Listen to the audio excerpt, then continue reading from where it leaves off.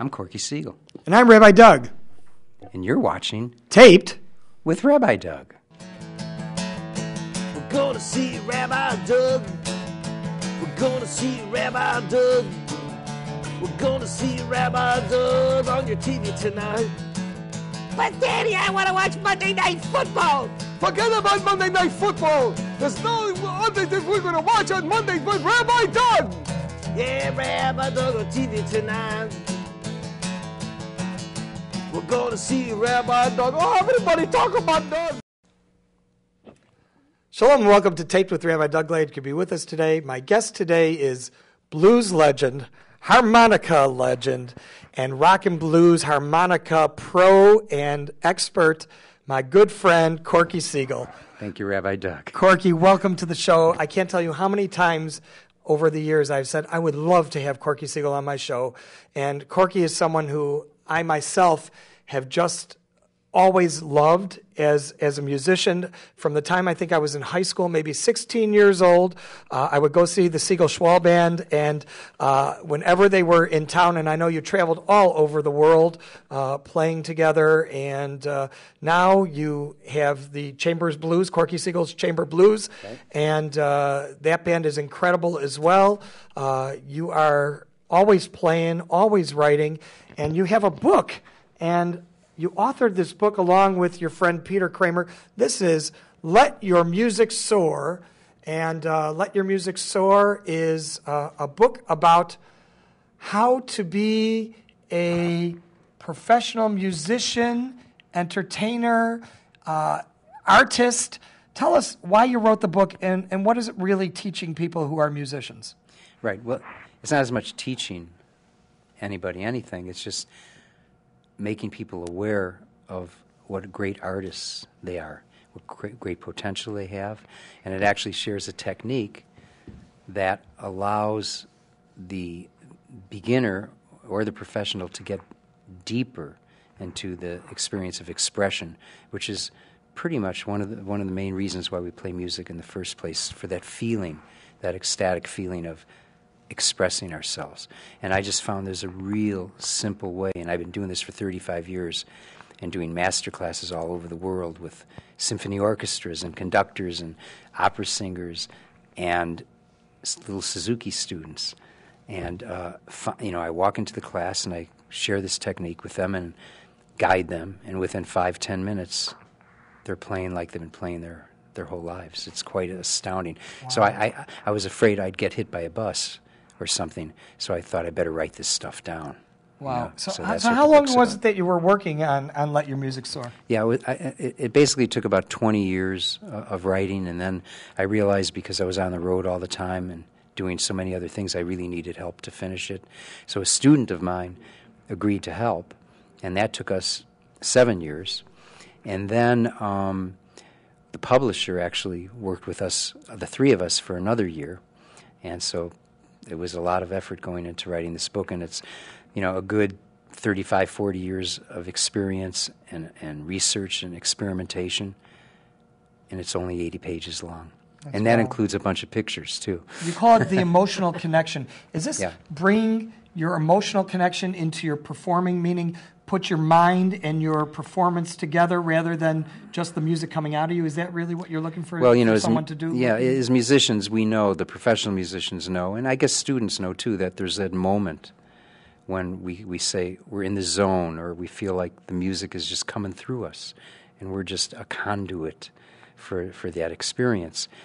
And it's an experience we all want when we perform music, and we feel we're working at our highest potential at that point and experiencing all the joy that's available in music at that point.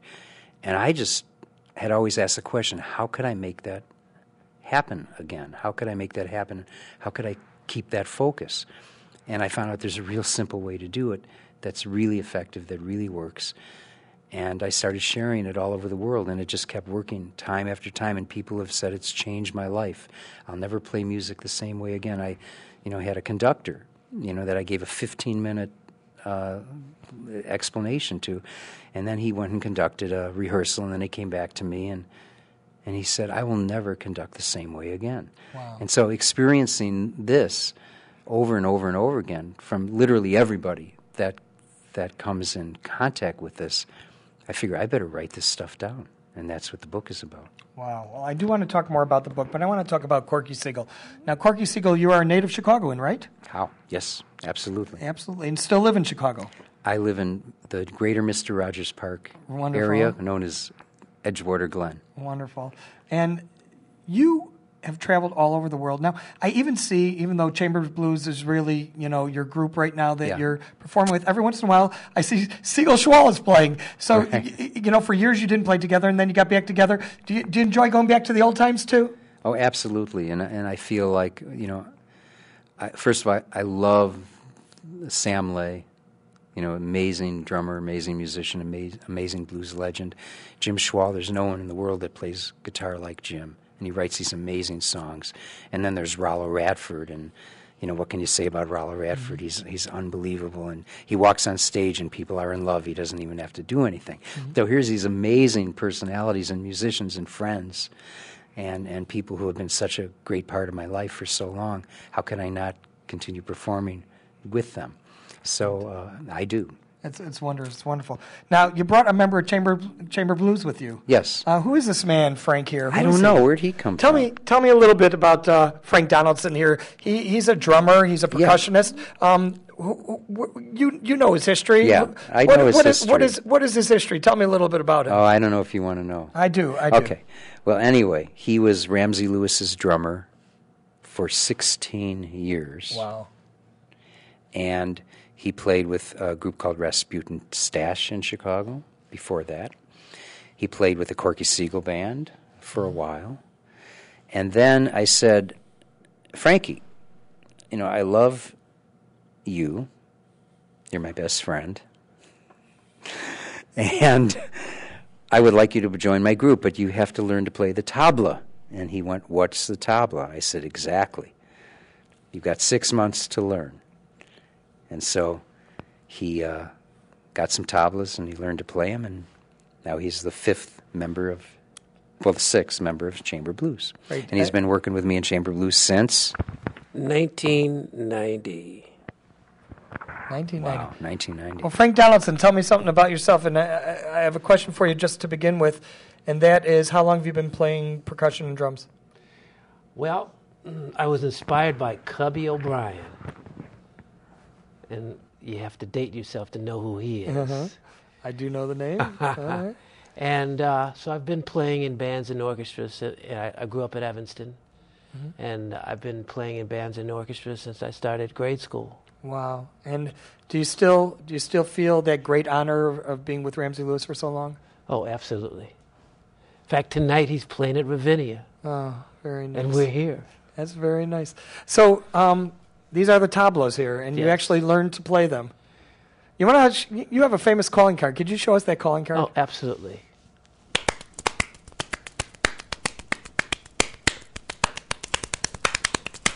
I don't think anybody else in the world could do that. That is absolutely amazing. Certainly not with that smile. Certainly not. Well, Corky, I'm really honored to have you with us. I really would love to hear some music and have you play. I mean, this is an amazing,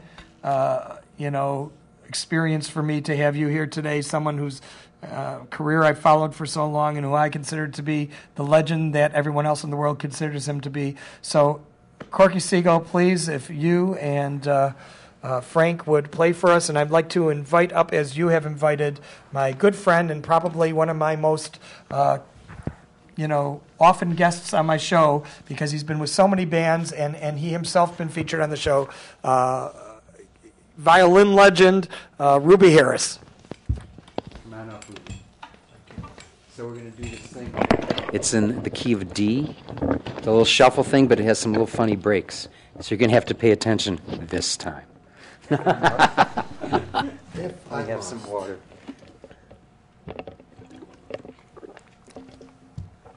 Ruby actually sat in with me at a little solo date a little while back and blew me away. Like great fiddle player, great violin player, great fellow. But you know what? Really special thinker. So you better be good. I think. I think. What is that line? I think, therefore I am, I think.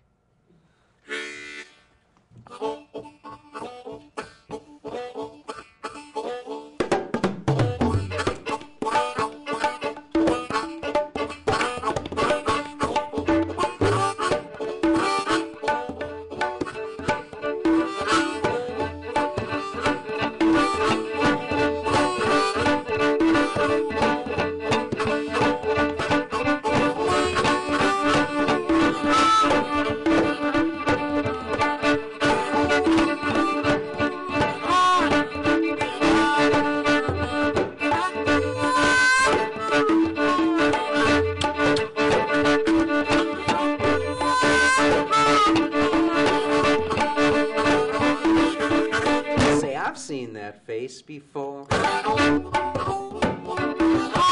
some particular time and place before. Well, I don't know. Could it be deja vu, or just my imagination running away with you, or just my imagination running away with you?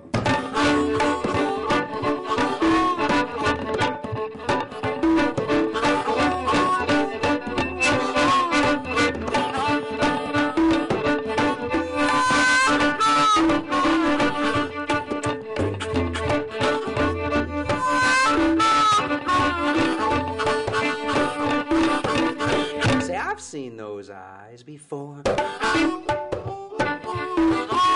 Now I've been so hypnotized before. Well, is that you doing the voodoo, or just my imagination running away with you, or just my imagination running away with you?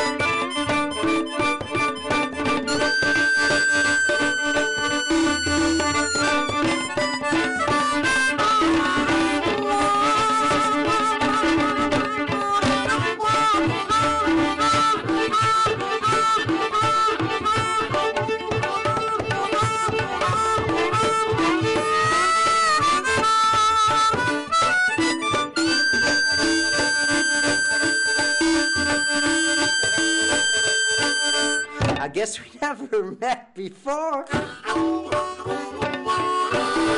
least we never met as yet before. Well, you're so cool and I'm so free. How about you and your imagination running away with me? Well, you're so cool and I'm so free. How about you and your imagination running away with me? How about you and your imagination running away with?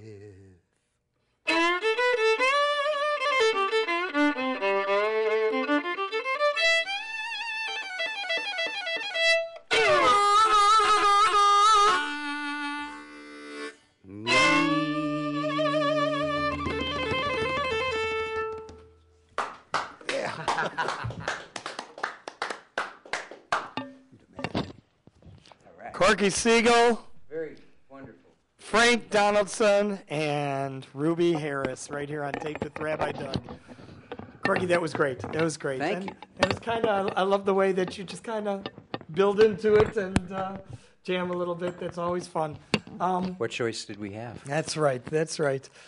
Corky, tell me something about harmonica playing, because, you know, as kids, we all get those plastic harmonicas, and then we get the metal ones, and they're not professional, but we blow in them and we suck into them and get sounds out of them. But how does one... Exactly. exactly what I've been doing. How does one learn to play harmonica and actually, play notes? And sometimes, I've heard you before. I've heard you play like a whole song of notes on a harmonica before. How do you really learn to do that? Do you take lessons or do you just practice? What is the skill? Yeah. One note at a time, truly. Really? One note. So you learned on your own? When I started playing blues, and I tell you the story on the piano, and of course the same thing would apply on harmonica. I fell in love with the blues, and there was this rhythm that I felt I wanted really to experience it. So I started playing the piano.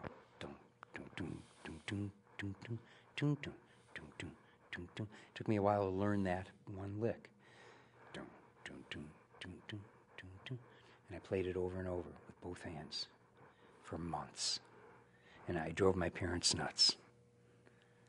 But I was finding in that little simple phrase, because I felt there was all this emotion when I heard the blues, when I heard those blues masters playing, like the expression was like unbelievable.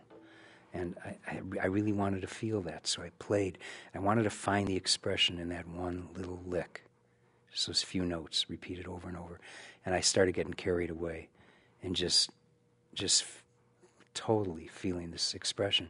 And instead of having to learn a piece of music that would maybe take years to learn, to the point where I could express myself through it, I found out that I could do it right away.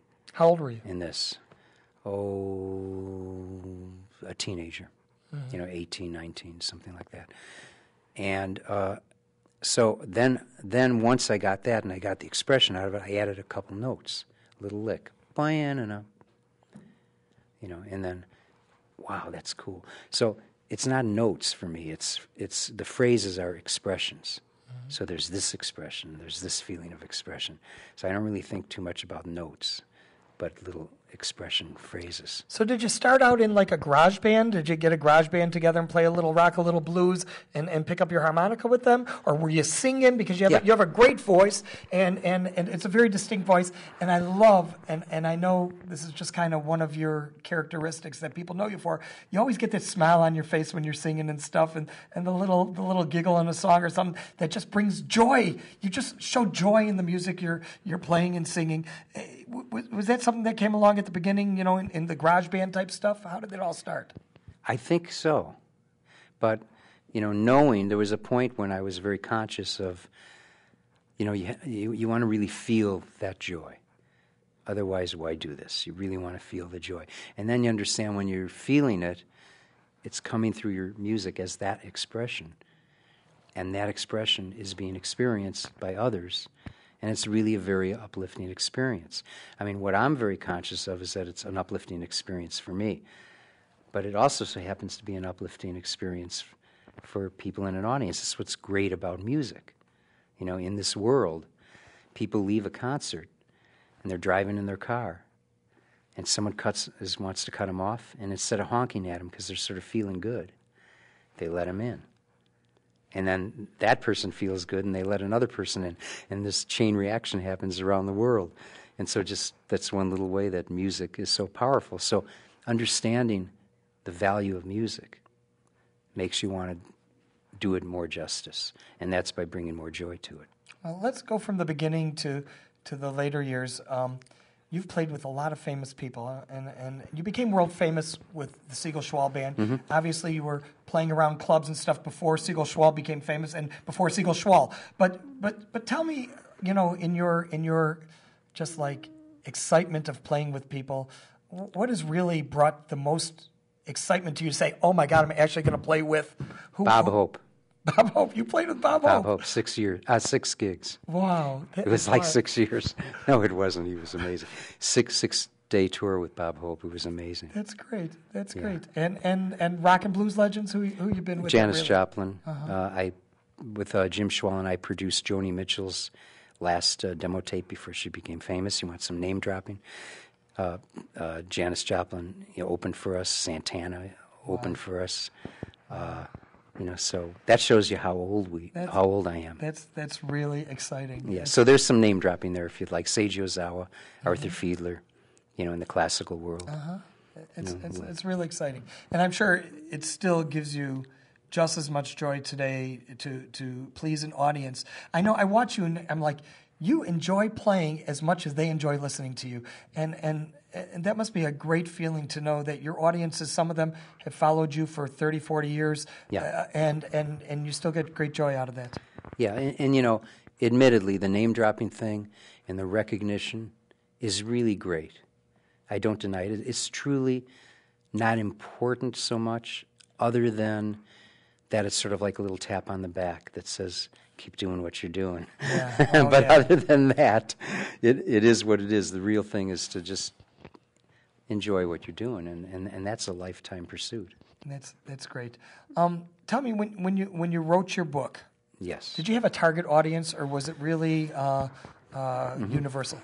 Yes, the target audience was those artists, beginners or professionals, who may understand that they're artists, but they may not understand that enough. And everyone should understand that they have something really great to offer. And those aren't just words. This is actually a practical experience.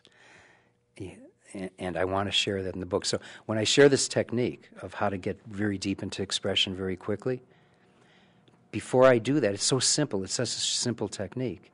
I call it the 1-minute exercise, actually. Mm-hmm. It's so simple that I could have presented the whole book on one page. I could have done it on one page. Mm-hmm. Matter of fact, it's toward the end. Mm-hmm.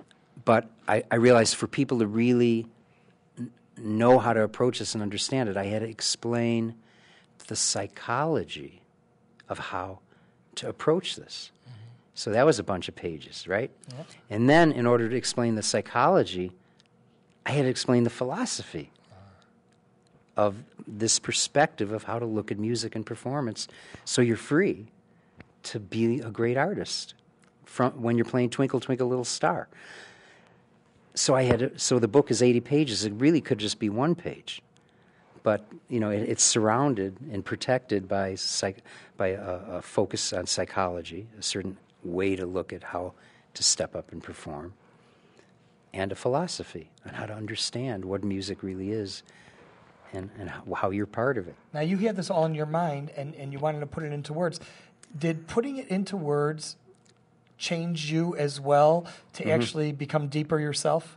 Well, absolutely. But, understand, the words really evolved during all the master classes and workshops I was giving all over the world for so many, for decades. Mm-hmm. And I would say, okay, and every time I would do a new master class, even to this day, I look at my notes, I work on my notes, I finesse my notes, I improve my notes, I come up with new ways and what I think are better ways of explaining things.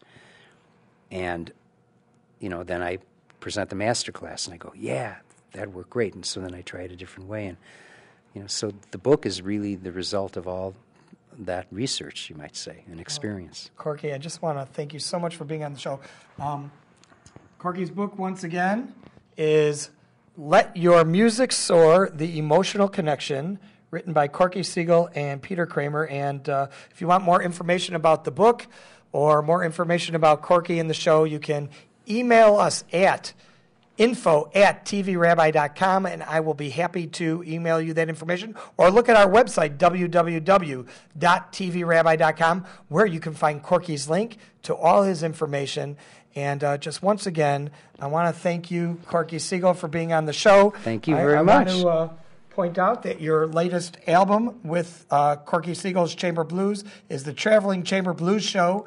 And this album is just a couple of years old, and it's great. It's just a great album, and I know anybody who hasn't heard it would enjoy it, as well as the hundreds of other albums that you are on and have actually put together with you and with Siegel Schwall and with Chamber Blues. It's just great to have you on the show.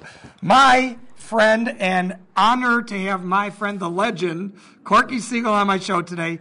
Once again, thank you. I'm honored to be with the legend, TV Rabbi. Oh, thank you. Once again, I'd like to remind you that we're on every week at this time, so I hope to see you next time here on Taped with Rabbi Doug. This is Chamber Blues members Corky Siegel, my friend, with Frank Donaldson on Taped with Rabbi Doug. Shalom, everyone.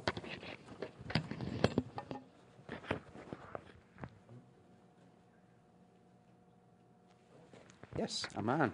You're on. You want to get your little frottoir?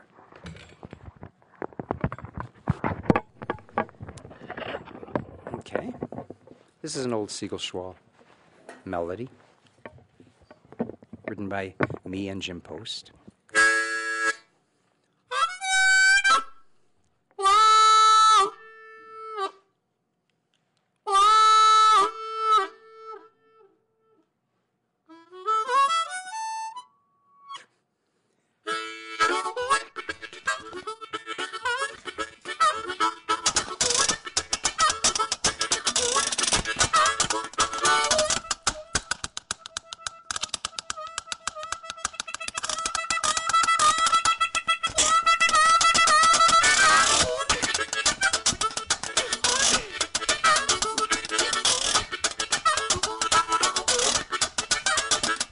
Hey, Billie Jean, what you doing down here?